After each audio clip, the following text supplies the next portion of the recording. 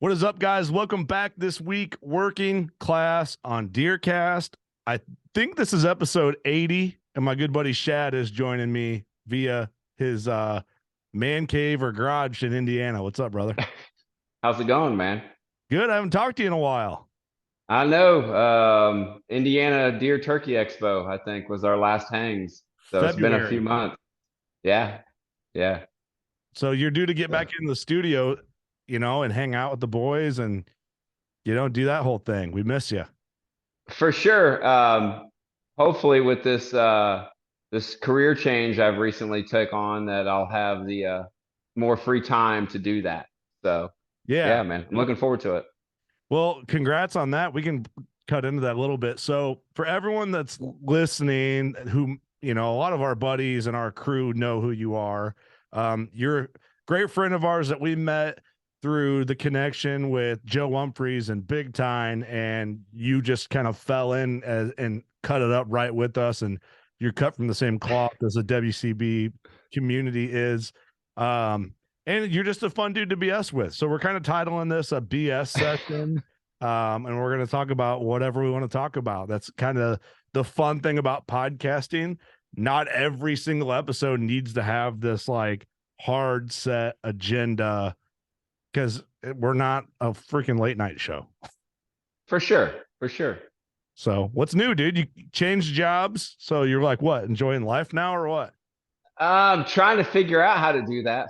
I mean, it's I left the manufacturing environment from the steel industry and moved towards more of an office setting with 8 hour day shift kind of thing. It's been 25 years since I've had an 8 hour a day job. I mean, I've worked a 12 hour swing shift job for 25 years. So this has been my third day in the new position, and it's really weird coming home, being home by 3 o'clock in the afternoon. It's like I like it, but I'm used to cramming 27 hours into a 24-hour day. So having free time is something I'm not really accustomed to, but I'm looking forward to figuring it out for sure.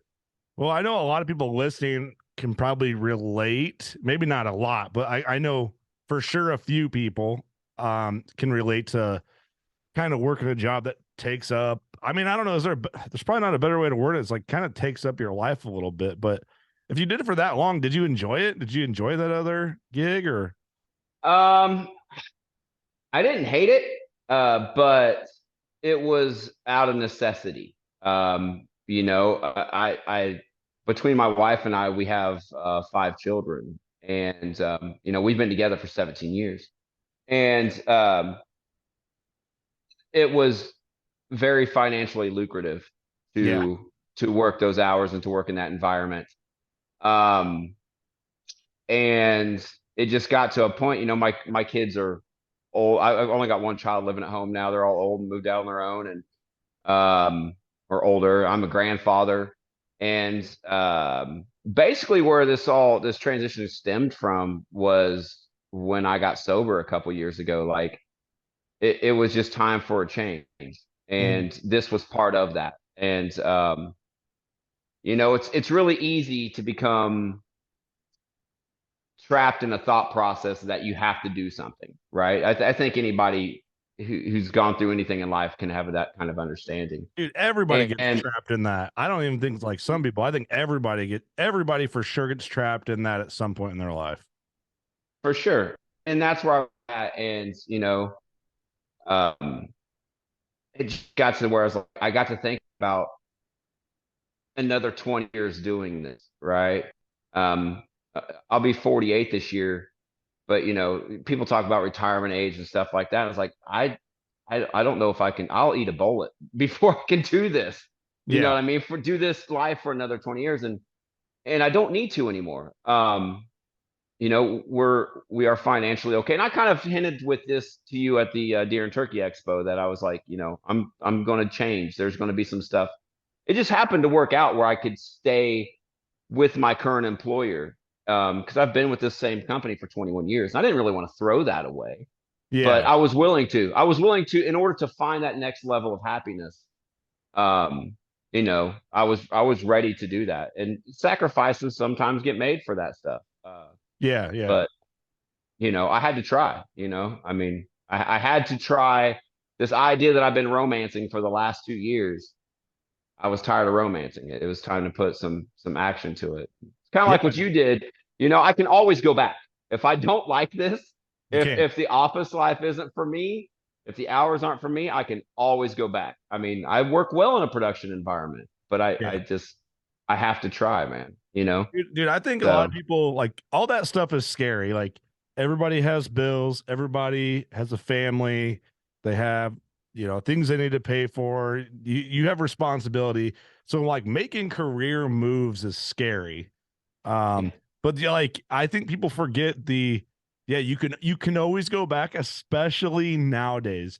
If you're willing to work, you're gonna have a job. Like, and that's the thing too. It's like the big thing when I left Deer, I think most people are like, hell yeah, do it. And then I had a few people like, just like, passive aggressively kind of hating on me a little bit, like even to my mhm. face almost to like, um, oh, insurance is expensive. What are you gonna do? What happens if it doesn't like? And then I get tattooed. Same thing with tattoos. Well, what are you gonna do? You got a tattoo on your neck. It's like, dude, who cares? Like, it's all good. We'll figure it out. And like, Yeah. John Deere is still hiring. You know what I mean? Like, it's not the end of the world, man. And I think too, like, say you in this new gig you're in, yes, you could always go back, but if you don't love it, something else could arise from the change in this gig that leads to something else. But dude, like, we're a long way from deer season. You are going to be the happiest shad we have ever seen come this fall, and you can go hunting. Yeah, yeah. I mean, especially after like last year, I didn't even know if I'd be able to bow hunt last year after my hand surgery and stuff. And now to be getting off work every day at 2:30 in the afternoon, which we're on a time change difference. I'm on Eastern, you're on Central, but there's a lot of daylight left, and I'm surrounded by thousands of acres of public hunting. So I don't have to go to my little home 30 acres every day. Like I can just go hunt. Like Yeah. every Yeah. afternoon, I can just go hunt somewhere. Yeah. And I'm so looking forward to that. I mean, but it just opens up so like, I don't have to worry about, not being able to go to some of my grandkids' school events or just anything like trying. I mean, I'm an ultra runner, like Yeah. trying to fit time in running in there. Like I just got this. I mean, they just gave me 4 more hours of free time. And that's a lot for somebody like me. It's like I can do Oh so yeah. much with four Well, dude, hours. you add up that over a week, it's like Yeah. that's a lot of time. But we're talking hunting, but we're not. Like I think this type of talk, I talked to this with Danielle a couple weeks ago, and Danielle, they went on and started their own deer processing business, and they do their own canned goods and kind of like small farming. Like, in my opinion, it's like good, wholesome Midwest America, like earn your living. And I Mm-hmm. do like to touch on this stuff, especially, within Working Class on DeerCast. Like we do our best to make these lunch break length videos. If people ever wonder why we try to keep them 30 under an hour at least, sometimes they go long and whatever, but I do that for guys on lunch break. And I think this stuff's good to talk about because it's easy to get, stuck in the work mode, stuck in life mode. And like, no matter what you do, I feel like you kind of do that a little bit. Like you get stuck in, I guess you're busy. I don't know. I'm trying to avoid the term excuses a little bit here, but maybe they're just excuses. I think we just, it's a comfortability thing, right? Like a lot of people, like you mentioned earlier, they're scared. I wasn't scared, but there's a little bit of, stress or anxiety or fear or whatever emotion that brings to you on any type of change. And when you become used to something, you kind of become okay with it, right? That's Yeah. what I think it is, anyways. Yeah. No, I Um, think so. Yeah. That's probably, it just becomes your norm and you kind mhm. of like autocorrect to it. Yeah, Um, and my norm is really weird compared to a lot of people. So, Yeah. it's this was, you know, going through a change like this that opens up free time for me is really, really cool. But it's also scary in the sense that a guy who is, over 2 years sober now and has, a lot on his plate. Whenever I don't understand idle time well. And it kind of scares me. Like, what am I going to do when there's nothing to do with this free time? Right. So Yeah. that's the stuff that scares me. It wasn't even about like the money or anything like that. It was just like, that was the scary part for me. But I'm just like, I've gone through all this. This is Because just of figuring out how the to live again. did it scare you because of like juggling? Well, I don't want to say maybe juggling's not the right term. Now you're sober. Was it like I'm gonna have all this free time? I might have the urge to drink a beer or something. Was that the fear? Yeah, yeah, because it's really easy when you're busy and exhausted. It's really easy to not worry about that, right? To not worry Yeah. about having a drink or something. And anymore, like I don't even want to have like I don't want to be drunk again. I don't want to have a hangover again. I don't want any of those things. Yeah, I just don't. It's just not who I am anymore. for But sure. there's a fear. There's always that little fear because like I've been sober before, and I went back to thinking I could handle alcohol, and within 4 years, I was lying on the floor, trying to remember how to breathe. Um, and I don't want that to happen again. So there's a little Yeah. fear in that, right? That this idle hands kind of thing. Yeah. But when I'm working 12 hours a day and then I go run 10 miles after work, and I'm trying to find time to shoot a bow and be with my wife and do yard work and do all these other things, if you don't have time for that, it's not a problem. But This kind of relates a little to the conversation with Jacob. Jacob got out of the military. Jacob hosts the Victory Drive podcast. He was last yeah, week's episode. He kind of talked a little bit about veterans coming home and having. We didn't get like real into this. We talked like they come home. They're used to like having goals and missions and like very productive, goal oriented, like day to day, and then they come home and then it all kind of is just over with unless they pursue it. But he's like, guys will come home, take some relaxing time, which in my eyes they all of course earned. But he said for him, like hunting has pretty much saved his life and could probably save a lot of veterans lives, or like similar to what you're saying with becoming sober.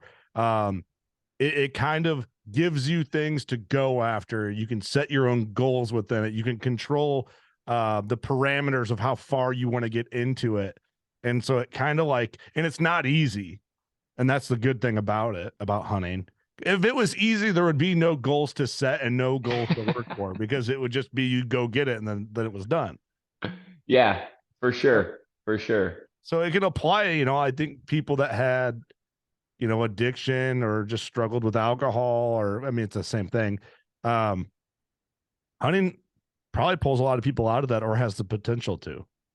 Absolutely, yeah, yeah. It gives you something positive to focus on, and whether it's hunting or shooting sports or whatever, right? Like Yeah. something positive that you can put some focus and you get some like really good return from. Mm-hmm. You get those feel good endorphins from it, and those once that's those feel good endorphins is what was the catalyst for all this to begin with 10 years ago when I first recognized that I was deeply depressed and I was an alcoholic, and I was overweight, and like I went for a run one day, and for for whatever reason, even though that mile whipped my overweight tail, for a moment I felt alive, and I hadn't felt alive for a long time. Mm-hmm. And so I just kept chasing that and chasing that, and then that that was the catalyst which waterfalled into other avenues of my life, and it just changed everything. Mm-hmm. I knew how to feel like crap. Feeling good was a little bit scary. You know what I mean? Like Yeah. it's foreign to me. It still is. Like it's still Yeah. kind of still frightens me a little bit. Well, dude, I'll tell you, like, I went from we're just talking about stuff, but like I've always been really, really into hunting, like from an early age. And I'm fortunate enough that I was into it so much at the same time I started getting like real careers or like real jobs. I got real jobs is probably the more applicable title for that. And I went in the mindset of I'm never gonna let a job tell me I can't go hunting because I'll just find another job. And I stuck with that as good as I can. But what happens, like I went from being like a BMX crazy in shape, like kickboxing every day to an adult that worked and then went home. And then when hunting season was around, I hunted. And then it's like, so yeah, I've just now started kind of getting back in on my fitness game a little bit, like with bike riding. You know, I've always been a bike rider. Bike riding is like my way to work out where it doesn't feel like I'm working out because I'm having fun. So I'm trying to make that more of a consistent part of my adult dad life with 2 kids and this job I'm trying to like keep above water. And it's what I'm getting at. It's easy to slump down and be like, I don't have time for it. And I do that. I'm actively always pushing against that. And I'm probably, I'm losing a lot of times to it. If we're being, I mean, you are also responsible for everything that, you know, WCB entails, right? Like, I mean, there's a good family, there's a lot of support and everything. Yeah. But, you know, basically it's your ass on the line if you don't do those things. So that's not really making an excuse, as is would be like the guy who is only working 8 hours a day and says, I don't have time, but spends 4 hours a day on the couch looking at their phone or watching TV or whatever. Like, it's not hard to find 25, 30 minutes for movement if you want to. Like, everybody has time. It's just how you figure out where that time's at. You know what I mean? Like, you're going to have to sacrifice something for it, but you're going to get something out of it in return. I mean, it's no different than like finding the time to practice archery, finding the time to hang out with you, finding the time to do anything. Something else has to go. For sure. And I think I do. Well, I think everybody probably struggles with that a little bit. Like, you know, it's easy to, I don't know, like this week, the time of recording, my wife's out of town. I've worked out almost none this week when I was daily because I'm like running in to take kids to daycare, then coming back. And by the time I get back here, it's just my schedule's off. So I haven't done it. So, and then I feel guilty about it. And then I'm like, oh, I got a bear camp coming up. I gotta be shooting my bow. I always use the term, I'm shooting my bow like I'm preparing for a fight. I gotta get on that. I gotta get moving. And I haven't been shooting. I've been shooting, but I haven't been shooting like I'm preparing for a fight. You know? Yeah. So there's a little, I've used it as a hashtag on posts and stuff, but there's a little thing that it's like, life won't wait. You know what I mean? That's what I think about that every time I try to like make an excuse that I don't have time. So I'm just like, life won't wait. Like, if these are the things that I want to do or I want to accomplish or life's not going to wait for me to like feel okay or to get that extra 20 minutes or whatever. I got to make it happen. It's the same thing when you like went full time with this. You like kind of had that life's not going to wait. If I'm going to do this, I need to do this. Right. And you made the time, you made the sacrifices. Yeah. It might interfere with some other things, but that doesn't mean what you're doing is wrong. Like, taking the time to make this successful, because this will have rewards in the end, or it'll become so big where you don't have time at all. You know what I mean? I run through that with Joe all the time, with Joe Humphreys, and like he created a monster with Big Time, and he doesn't. This is a guy that him and I used to hunt and do everything together with all the time, and now like I went over to his house the other day, and it's like we haven't seen each other since the last time I seen you.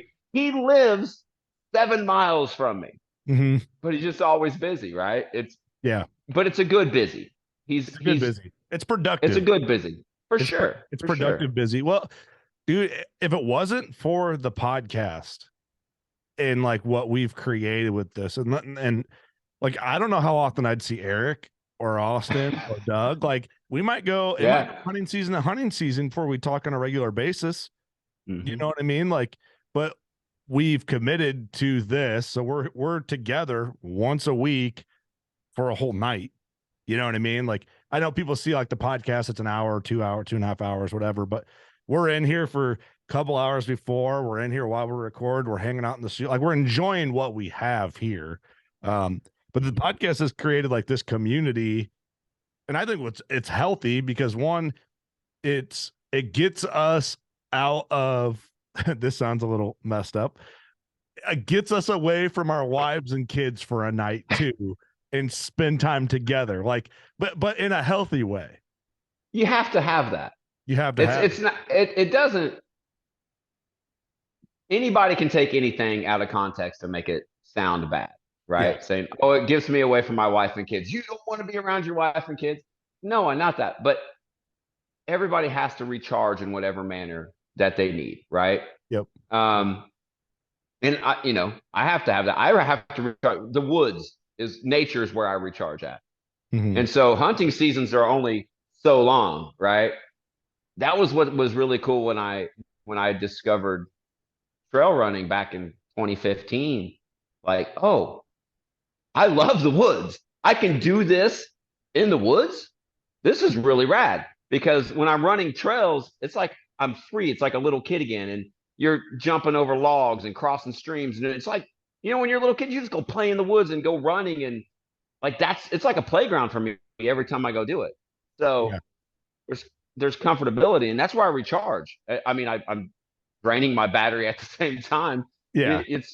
But it's my spirit, my soul, everything about me, like to be a better husband and a better father and a better grandparent and just a better person. Mm-hmm. That's where I get my recharge from. And sometimes we have to break away from the things that we love to do that, to love better.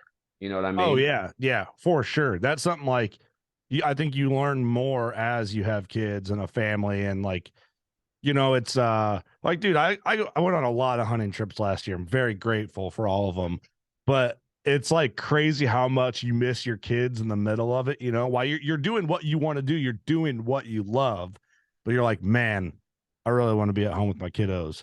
But also Yeah. it's like, I'd rather, of course, I've always want to be with my kids. Here's another one of those things that can get taken out of context if someone cuts this clip and runs it through an AI filter. There's no place I'd rather be in Wyoming than Wyoming during elk season with an elk tag in my pocket while bull elk are bugling.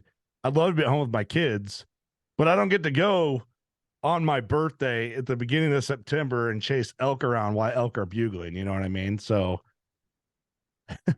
Sorry, my son just come walking in. the light. It looks like you just got Yeah, illuminated. yeah. What's happening over there? Shut that door, please. Yeah, I didn't know that he was coming home right now, and I didn't send him a text like, "Hey, don't come through the garage." So, It just looks yeah, like you're being abducted, is what it looked like. Aliens. it was, it was. But I don't know. You need that. You know what I mean? You got to be away from your family to like, it's a recharge, you know? Yeah, for sure, for sure. One thing I feel like, and I know you've done a lot of this. One thing I feel that this is one of those things I haven't had time for, but I want to do more of. Like we used to do it crazy when we first started, is like 3D shooting in the woods. Kind of the same Hmm. concept. Yeah, yeah. I love archery shoots, and it was last year was the first year, and I don't know how long that I didn't go to one 3D shoot. I couldn't. I mean, my right hand had to be rebuilt last year. Yeah. And it was strange. It was really, really strange to go through that. Mhm. And I'm looking forward to doing it this year. It's still hard for me to shoot a bow. Um, I mean, it was May 4th was a year from the surgery. It's still hard, but I can do it a little bit. You know what I mean? I can do it more. Yeah. Um, a lot had to change. A lot of my ego had to drop. I had to drop a lot of poundage in my bow weight for compound and traditional. And Yeah. but the cool part about that is I love to build arrows and I love to tune arrow stuff. So like I got to build new arrows for these lower poundage bows. and get them tuned and stuff like that. So like there was a plus side to it, but man, shooting 3D and just hanging out with your friends and talking crap to each other, and It's the best. dude, it's so good. It's so good. It's golfing with Um, bows is what it is. yeah, it really is. One of my other good friends, Tubby, like, man, the amount of crap that we talk to each other when we go to shoots together, it's Mhm. just it's not ready for prime time for sure, Yeah. but it's hilarious. You I know what I mean, always thought about would be fun to do with like the WCB crew, and then like maybe we could do it with you and Joe and all that. It's like do a video, have someone just come and film us and just film like that 3D course interaction and make like a couple videos out of it. Because like not only like people who go get it and know how fun that is, but there's a lot of people I talk to even now that are like, I've never been to a 3D shoot. Like, what is it? I think it sounds more structured and professional and intimidating than what people realize it actually is. yeah, It's leisure. Just go. yeah, yeah, and you know when you have a mixed variety of people, personalities, of archery equipment, stuff like that, then it gets even more fun, right? Mhm. Because, for instance, like the first time I met you guys when I came out to that first shoot, and I was the only guy there with a longbow, and Yeah. I shot that mule deer or whatever from like across the pond, and it was like 60 some yards or some shit. Yeah. I don't know. I don't remember how far it was, but I was just like, yeah, I'll try it, and pin ringed it. I think Austin might have been standing there or whatever. I almost spiked my bow. Like I didn't expect. I mean, I shoot far a lot, but I didn't like all those people there. Yeah. I didn't expect to just drop it like that. And In then I front of just was just everybody. like, yeah. I was just like, yeah, I don't know why you guys are shooting compounds for you. Just kind of Yeah. walk off and be like, that's the fun stuff. Just Yeah. talking crap out of luck. Oh yeah. That's what I mean. It's just real fun. It's so harmless. It's so like wholesome fun. And then you're gonna Yeah. get to shoot this year. You better with this job change. Oh yeah, yeah. No, it's my Yeah. wife. My wife's going to be on vacation, but I've already got it. The dog sitters in the works, and our dogs. When the kids started moving out, my wife kind of like we had empty nest syndrome kind of. So like we had our dogs, and like our original pack, you know, started to as aging dogs do, started to die, and we got two different dogs, and over the last couple years, and they don't know they're dogs. My dogs don't know they're dogs. They think that they're people. Yeah. So my wife will not board them. Like somebody has to stay at the house with them. They have to be able to sleep. It's just like all this stuff, right? Yeah. So we don't vacation much together because of that, because we'd have to take the dogs. Um, so I have to have a dog sitter come so I can go to the shoot while she's in Salem. So, Hilarious. Well, so I appreciate the effort already for that. So yeah, that's gonna be a good time because that's exactly what we do at the shoot is everything we've been talking about. And I miss that, but it's one of those things that kind of felt like the busier the podcast has got. We all have families now, except for Doug. Shout out to Doug. The 3D shoots was like it's the one thing that dropped off because of like time issues. Because dude, when we first started the podcast, every weekend of the summer, yeah, all the way until like hunting season, we were at a 3D shoot. And we used to keep on the window in the studio, we used to take with dry erase markers we total our points, and we do like a running season total on who had the most points. So yeah. it made everyone not want to miss the next one so they didn't fall behind in points. So Yeah. it was fun, man. Yeah, I've never I mean, of all the times I've been to the shoot, I think I've only actually shot the course the first year that I went. I've never Um, shot it. I've never shot a full well, course. I shoot all the time, right? So I have more fun. I just want to hang out and talk to all the people I don't get to hang out with on a daily basis. Like I'll shoot my bow when I go home. Yeah. Like I just want to hang it, it's that you've experienced. Yeah, like I help somebody like somebody want to shoot a bow or one of my traditional bows or whatever. I'm like, yeah, come on, let's go lose some arrows or whatever. And people get Yeah. freaked out about it. That's just arrows, dude. Yeah. Break Just them. shoot them. I'll make more. Yeah, Yeah. it's fun. Well, all So right. So let me ask you this. You're going to have more time, and you're a traditional guy and a compound guy. Well, I consider you more of a traditional guy because I feel like if you shoot traditional, like you shoot it, you're a traditional guy. But you do yeah, have compound. it's hard for me to shoot a compound. Like even though I started shooting one again since 2018, it's still challenging for me to shoot a compound. And dude, we've talked a lot about this. Like you've been on a handful of podcasts. Like the trad community is kind of giving you some grief for shooting both. At first, because I shot traditional exclusively from like 1993 until 2018. Mm-hmm. So, and I was, it's really easy to become part of that groupthink mindset. And I was one of those guys at one time where I was just like, you know, my bow doesn't need training wheels. Wheels are for cars, all that, all that Yeah, crap. yeah, I Right. love it. I love the wheels for cars thing. That's the best. Yeah, but it was, I lost, I kind of lost the fun in shooting traditional. It wasn't as enjoyable as it once was. And I love archery. And so one day, like you guys have heard this story before. One day I was just at Josh's archery shop, Shooter's Archery, and he happened to have a bow in there that he made me a deal that I couldn't pass up. So I was just like, yeah, I bought this compound and I had fun. Like I was having fun shooting because it was hard. It was very hard for me to use a release and to use sight and do these things that I haven't done in years. Yeah. So yeah, I caught a lot of crap from the diehard traditional community over that. Because you knew a lot of those guys, like because you've been doing it for so long, you were involved. Yeah, yeah. I mean, it was like, it's like a second family. Now, I will say those that know me as an ethical hunter, and that didn't mean anything to them. They're Mhm. like, it's my mindset of how I hunt is always the same.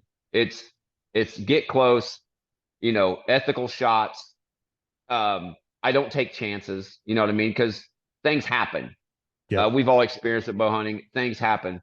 And if I can eliminate some of that by just getting closer, then that's what I'm going to do. So even though I shoot a compound and can shoot farther distances, I don't. Because I've never, like, even when I set stands up and stuff, like I still set my shots up for 15 and in. Like that's Yeah. how I set things up because that's what I've just done forever. Mm-hmm. So yeah, once people realize that I'm not just like going off the deep end and changing who I am, and that I'm an ethics first bow hunter always. Yeah, yeah. You have to be, man. Yeah, it's Everyone should be, I guess. and it hurt a little bit to like hear some of these people that I care for like talk crap because I suddenly was shooting a pulley bow. But I just like I've never done anything to cater to what others think. So Right. I'm not going Yeah. to let that change me now. I mean, I've never done it with music. I've never done it. I mean, I'm a 47-year-old skateboarder. Like I don't let people like, when you going to grow up? I'm like, I don't know. Dude, I love You it. know what I mean? I love it though. Like that's why like you and I hit it off. It's like, you got big gauges and you're just doing your thing, man. Like, and that's I don't know, like I took my gauges out for a long time because I was like, oh, I need to be Mr. Hunting Industry. And then I Yeah. was like, what am I doing? Yeah. I'm unapologetic for who I am. You have to be. I I won't think that's I good. won't I won't apologize for it. Like if you don't dig it, that's cool. Like I'm glad we live in a world where you can voice your opinion. Yeah. But I mean, I will not apologize for being a bow hunter. I will not apologize for being an aging skateboarder. I will not apologize for doing dumb crap when I have pins in my hands because I'm an aging skateboarder, like trying Yeah. to ride my motorcycle, or climbing on a roof or whatever, right? Yeah. Um, I won't apologize for these things because this is just who I am. For sure. Now, if I've done something wrong to somebody, or if I'm being not a good person, I'll apologize for that. Like I will try to change those actions. But Yeah, of if I'm course. not hurting, if I'm the only one that's going to get hurt from my stupidity, I'm not going to apologize. Yeah, you can't, dude. You can't. Well, No. too, like going back to like the trad thing, they have been like pretty critical. I mean, of course they have been to us, and I'm not speaking of I don't know everybody. I don't care to know like who's who right now and the forums and the traditional side of things. The guys at the Push Archery have been awesome to us. They've been great, and I don't know them well. I've talked to them online and stuff. They've been cool. But I mean, if you look up where Working Class Bowhunter podcast gets hated on, it's traditional forums, and it's more like the old head type guys, as the kids would say nowadays. And a lot of it probably is because on our normal series we cuss. I have holes and tattoos, and that's a problem for a lot of old head type guys. They can't get out of their boxed in thinking. And then we drink beer on the podcast, even though they drink beer, they just don't do it on a podcast. So we should be for that. I've spent a lot of time in traditional camps, and everything that you just said happens at traditional camp. Right, happens everywhere. And it's show, man. Like everyone, all the stuff people hate on us, those guys that hate on us are doing it at ATA show where everybody's but it's like any type of group, like, even if you take bow hunting, just take the compound community or whatever community, right? There's always going to be people who are going to complain about how somebody else is doing something, for sure, or that it's not okay. And I do the same thing, like, the age-old crossbow thing. Like I can't stand those things being in an archery only season, but that's just my opinion. I'm not going to go and hate on people for do it. I'm not going to support it, but I'm not going to hate on you for doing it, right? And off the path to do it. No, I'm not making it my mission. And in the last 5 years, I've had a lot of talks in traditional camps about the reason why I stopped going to some of the traditional shoots after I started shooting a compound. I was like, you want to know who never gives me crap about what piece of gear I'm bringing to a shoot?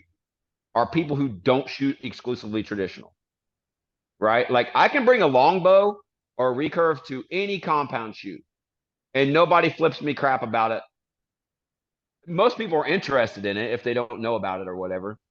But if I tried to bring a compound to a traditional shoot or even talk about it, like, I catch crap. So now, me being the guy that just loves to stir things, like, every time I go to traditional shoot, I've always got something WCB on, especially after Austin's debacle. Right. And that was one of the big forum.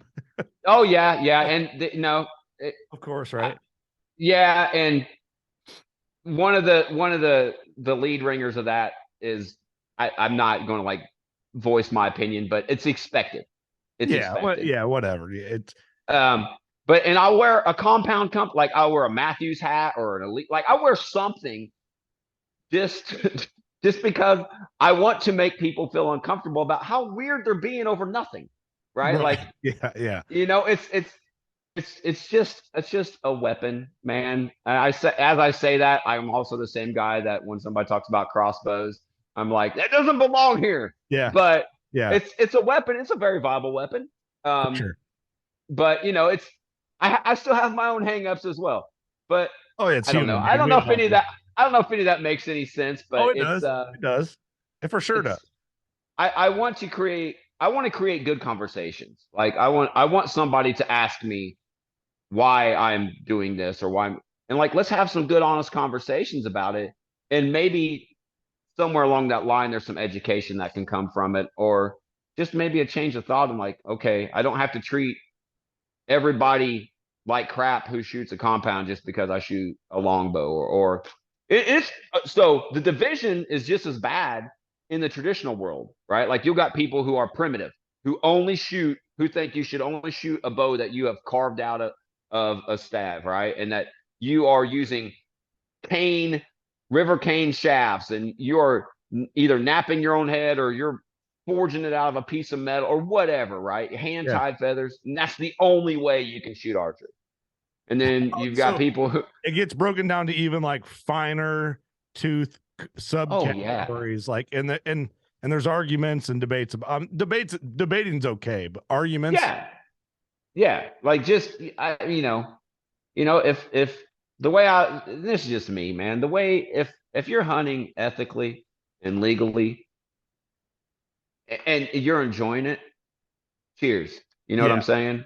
Yeah. Like, you know what this kind of falls into the just off of turkey season here, and you got a bunch of turkeys behind you, like the reaping or don't reap the turkeys, and there's I feel like I'm sort of the outside in this conversation, and only in my mindset because I don't care. Like, I don't care if you reap a turkey or if you don't. It's goes back. It's like, if it's okay, well, I guess reaping is looked at as being unethical. I don't know about that. I guess I don't care, man. I got a turkey tag. I'll try reaping a turkey. I'll try decapping a bird with a bow. I'll shoot one with a shotgun over. I don't. It doesn't Yeah. really matter to me. But I see people go back and forth on.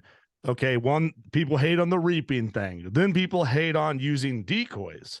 And then it's like, I think people think you just need to use a wing bone call and no decoys, and you're just calling. And I don't know. Yeah. No, like, what if you hunted to make everybody else happy all the time, you'd be walking in circles out there. You can't. You can't do it. I mean, try to make 10 people around you happy. Now an entire community. Like, you can't do it. You can't. So, And I feel like and go ahead. if you're doing any of this to make somebody else happy, you're doing it for the wrong reasons anyways. But isn't there like a beautiful, and I know you know this, Shad, for sure. And I feel like this is something I've learned as I got a little older. Isn't there something beautiful about, like, all of a sudden not really giving a shit what every little thing that is said about you? Or because, like, with the podcast, let me give you an example. When we first started the podcast, it was weird to be publicly ridiculed at first. Hell, I mean, until like 3 years ago. Hell, Yeah. 2 years ago, maybe. Or maybe, I mean, I'm pretty used to it at this point. I mean, some of the stuff bothers me. It's like, come on, or it's like, that's not me, or they're looking at it wrong, or they took this tidbit of me and that's who they think I am, whatever. But now it's like, I care less and less. And it's kind of like a freeing thing. It's just like, I'll get a screenshot from somebody. Hey, so-and-so's trying to put you on blast. And I'll open up like, I don't care. Yeah. It's very freeing. Fortunately, I've had that mentality for a long time. Yeah. It fades out. I've been in the public eye for most of my life, being a musician, Right. things like that. So, like, whenever I first started doing writing and playing original music, man, that's you want to talk like about, yeah, full you want to force. talk about people, like, really just hammering you. Go up there and try to do art, right? Like, try to do art, and you want it to be accepted, but at the same time, you don't really care, but you do kind of care, because if people don't dig it, then it makes what you're doing, harder. It's harder. So it was really weird, They just have to be receptive to it in more of a positive way. They don't have to love it. Yeah. But, I can vividly remember when, like, people talk about making it or whatever, right? Yeah. The first time I was on stage and I watched a kid sing my lyrics back to me, like, we're in the jam. He's singing my words. I'm seeing him do this the same time I'm doing it. And I almost stopped singing because it floored me. Like, I never thought anybody would sing a song that I had written. Yeah. Yeah. And to have that happen, like, right there, like, it floored me. Like, it floored me. And this was my first original band. We had 1 3-song EP that we had out, and we, like, every show we were just handing them out. Like, we brought 100. This is, back in the day. We're talking about CDs here, right? Like, Yeah. we would burn 50 to 100 copies of the CD before every show, and we would just make people take them. I didn't care if they threw them at their friends. I didn't care if they used them for skeet practice. I didn't care what they did with them. But I was just like, just take them. Yeah. And that's how that got around. And this we were playing an all ages club, and this cat came up to us after the show. Man, I really like this one song. And I was like, I saw you sing it. Like, it was like, I hugged him up, and it was a really, really cool moment. I was like, I don't care what happens with music from here on out. Like, I've made it. That was like nothing else changed from there. And, but then, like, my last major band I was in, I'm almost twice as old as the cats that were in. I'm in a pop punk band. I love it, dude. In my 40s, the drummer is my son-in-law now, right? Like, it's like, like, I would be the cat at the merch table at the shows, because everybody else is young and they're doing the mingling and stuff. And I'm just like, I'll sit at the merch table. I've done this crap most Yeah. of my life. I don't need to interact with early 20s females. Yeah. Right. Right. Yeah. Yeah. Yeah. So, and then it's our turn for our set. So I'm like getting my stuff and I'm learning. They're like, you'd see people looking like, why is the merch guy like on stage, right? Yeah. Yeah. and then I'm playing the jams, and like it was confusing to some people for a Yeah. while, but That's awesome it though. was So, it's so Shad, that brings up a good point. Like, are you going to get more? Like, I know you've always been into music, but is there any like teasers of like you being a part of a band again or doing something new with that? Because you got more time now, so automatically yeah. more So music. yeah, we like since COVID, one of my old guitar players and my son-in-law, um, we have started like a prog metal project. But things always keep coming up to like it was hard to find a drummer. And we don't even have a vocalist for it yet, but we've been writing these songs and then I get injured, right? Mm. So like I'm out of playing music for almost a year. Um, and it's just now getting around where I can start to use my right hand. I still have a hard time holding the guitar pick, but I play bass in this band. And I'm just now getting to where I can start to play a little bit. So at Yeah. some point in time, something, but it's I don't ever want to be as serious as I was with the pop punk project. Like Yeah, I I love don't. that. I mean, I know what you're saying, but that music video you guys put out where I guess we're wrestling. That Yeah, I play that music video in the studio all the time. Like I wish I could play it at the end of this. It's probably copyrighted, so I don't think I can. But I want. no, you can play it. I I can could. give you. Yeah, you can play it. Nobody that was part of that cares at all. Like it would be awesome. Like they're just like, okay, yeah, this because the band is actually like so that band is reforming. Um, Obviously Frankie and I, who's my son-in-law, we're not in it anymore. But the name's still there, and they're trying to rekindle that again. So Is it's there a just chance? Is a chance of you guys going back into it with them, or is that ship sailed? not with me. Not because I don't love those guys, because I do. Like leaving that band was really hard for me. Mm-hmm. Because the last album that we put out like was for me was probably one of the most fun I've ever had creating anything. I hate the studio. I just like playing live shows, but I enjoyed the time in the studio. I enjoyed creating the songs with these three other guys and I enjoyed playing them. Um, and but it takes a lot of time.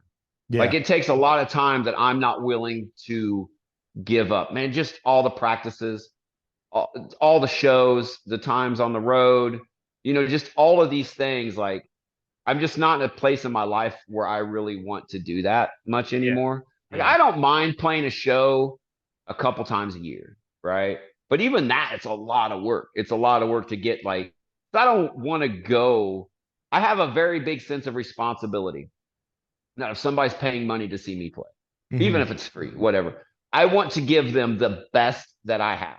Even if the best that I have is mediocre, like I want to give them the best mediocre that I have. Yeah. So Full effort. Full effort. yeah, and it's that old punk rock mentality that like because Henry Rollins has always been a big inspiration for me Mm-hmm. growing up, and having like that in the back of my head is that you don't ever go out there and like cheat these people, Yeah, for right? sure. For sure.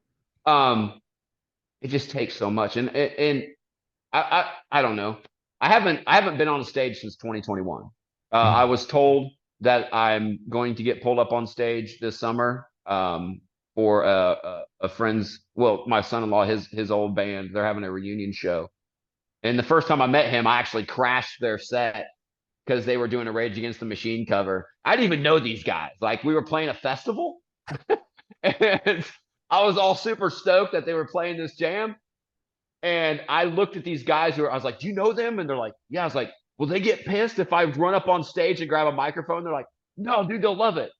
And I was like, Oh, "All gee. right." So I just bombed it, right? I knew the sound guy. He saw me coming up. He pointed at a microphone from front of house. I grabbed it and we just rocked this thing like we had been like this was rehearsed, right? Yeah. This is the first time I met these guys. Oh, So shit. coming long, like many years later, that drummer's now my son-in-law and the father of my grandchild. Like it's crazy how that all worked. But they're That is getting back crazy. together this summer and to do a reunion show. And they're like, "You're coming. You're going to come play a Yeah, song you or have some to do songs that. with us." Dude, I'm I like, want to see. I'm worried. I want to put that song and on the audio side. I want to put the song on the end of the video, but I want to put the video on the on the end of this podcast on the video "Go side. ahead, But I'm just go worried ahead." Spotify or YouTube might ping it. I don't know. I mean, it is copywritten by the band, but I was part of the band, Right. Yeah. so No, I mean that's all I need is really that. But I don't want like the automated process. I think I just can't monetize it probably on YouTube, which I won't anyway. Um, yeah, yeah. I don't know about any of that part of it, but I've we'll always just given try it, him. and if it's an issue, I'll just take it off. There you go. It'll be There you fine go. on DeerCast. It's I have you on record saying it's fine. So yeah. It was a fun video to record, man. That was for as short as that thing is, which I don't know what it is, like 4 minutes long, 5 minutes. That was a 12-hour day. That was a 12-hour video shoot to dude, do all of that. one thing I have to see if I can get the video. If one of them guys could send it to me. I can ask him. I know it's on YouTube, but I mean, I don't know if he has it anywhere else or not. It was released on YouTube, so All right, I'll try and figure it out. I'll try and do what I can here. If it's not there, yeah. then you know I couldn't figure it out. But yeah, I mean, I still talk to those guys, so like I can get like I'm Yeah. sure he has it saved somewhere because Yeah. he's not gonna let that, Oh he's no, not that like video is me. so good. Yeah, well, he's not like I'm like a very like that was a moment in time thing, and like I love to like watch it and laugh, but like I don't live there, and Yeah, I he's know what gonna you mean. that this band is his baby. He's been in it since the beginning, so it's like he's not gonna let that Yeah, hit him up go. and see if it's cool if we do that. Yeah, for sure, for sure. Cool. Well, dude, this was a fun convo. I miss you. We got to get together and have like, when we hang out, this is what we do the whole time. So this is Yeah, like us hanging out digitally, virtually. yeah. I've got my next big race a week from Friday, and after that, like I don't have anything else race wise like to train for till October, Mhm. and so I'm gonna have some free time. So like I'm not gonna be spending every weekend running 20 and 30 miles to train for a Yeah. dumb mountain race. Well, maybe So some guest host slots will be available and you can come in and hang out. yeah, man, that'd be a good time. We'll I drink miss you guys, man. I don't know if NA beers are still on the table, but we'll have an NA beer night.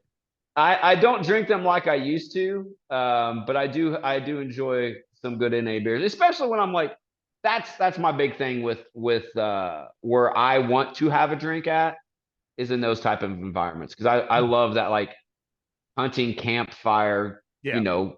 like I like to have something then, and the NA beers come in great for that. Dude, I drank a couple So of those with you last time you're in, you brought them and they're great. yeah, and they're getting better, man. There's so many more companies out there that are making some really, really good. And for the record, we're not talking about like NA Bush or O'Doul's. Like these are like Mhm. craft NA beers, and they're actually Yeah. quite nice. So Yeah, man. Brewdog has been my go-to here lately, and I mean, Brewdog makes regular beer as well. They're a craft beer company, but their NA line is I'm very fond of. So cool. yeah, Well, man, it's NA beer sesh, man. I'm down. I might even have to like get some of that crappy bar mat swill NA bourbon and see if I can get Austin to make a halfway decent old fashioned out of it. A kitty old fashioned. Yeah, man, a mocktail. He could make you a mocktail. He could make you one. He'd make you one gladly. I'd drink one with you. Yeah, I don't know. I've tasted it, and it's like I'm glad I don't like it because I loved bourbon, and if I Yeah. liked this stuff, it would be bad. But like Yeah. it was so bad. Yeah. Well, that's all right though. Well, hey, Yeah, where can for people sure. find you? I'll put everything I can in the description, but there's something. I mean, I'm on all the social medias. I don't really peruse the Facebook very much. It's a cesspool of nothingness and anger. Yep. On Instagram, you can find me at Enjoy Yourself. So, or just anywhere WCB is at, you can find me somewhere on there. I'm usually linked or something. I'm not hard to find. I Come mean, see Shad in the flesh June 10th at the WCB shoot in Rio, Illinois, Galesburg Archery Club, June 10th. You'll be there hanging out. yeah, man, I'll bring bows for people to shoot. That sounds awesome, man. Well, I'm looking forward to hanging. That's not that far away. It's a month. No, it's not. It's literally a month from now. Yeah, it's a month from today, and it's going to be. I'm looking forward to it, man. Hopefully, hopefully my body's not beat down from my race next week, and I'm okay. So you'll be fine. You'll be fine. Yeah. All right, man. Well, I appreciate you. This was fun. I enjoyed it. Was a good time, man. Thanks for having me. It was good catching up with you. Of course. And thank you, everyone. If you made it through this whole episode, maybe you laughed, learned a thing or two, but come hang out with us at the shoot June 10th. We'll see you there. You know what to do. Go shoot a giant and or shoot your bow. We love you. Peace.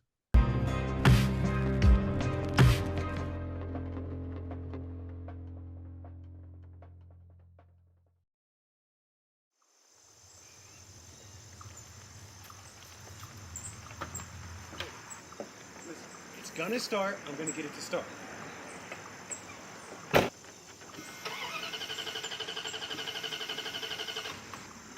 Told you. Every time. Nailed it. Dude, we're walking. Hold up. No, hold up. I can get it. I can get it. Wait. Hey, that's not necessary. Look, I'm hitching. We'll figure it out. Hold on.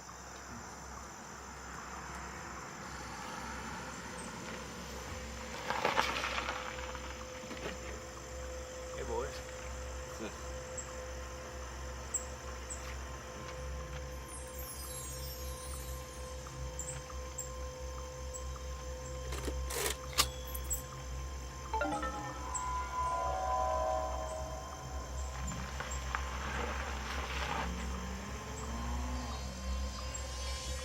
I guess we're wrestling.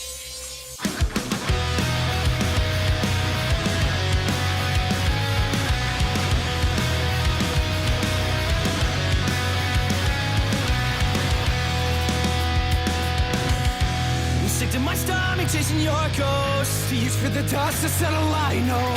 I liked you better as a memory. You'll never notice what this meant to me.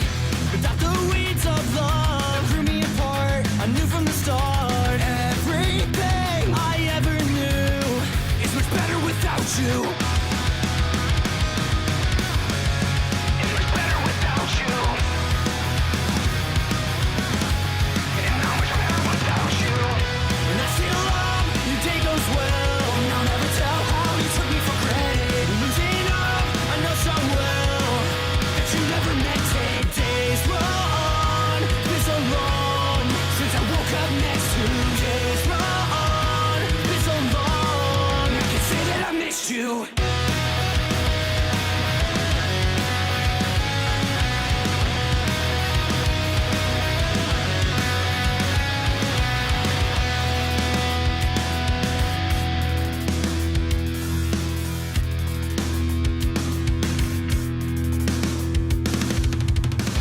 Words are ringing hollow as they fall across your lips. Everyone's a believer on board sinking ships.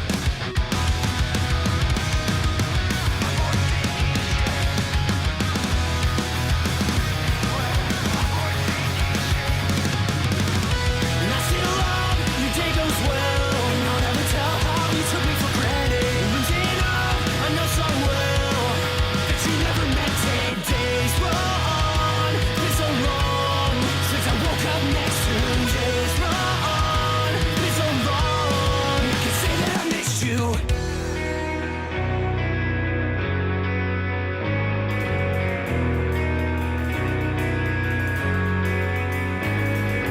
Losing conviction, but don't speak our mind. I trusted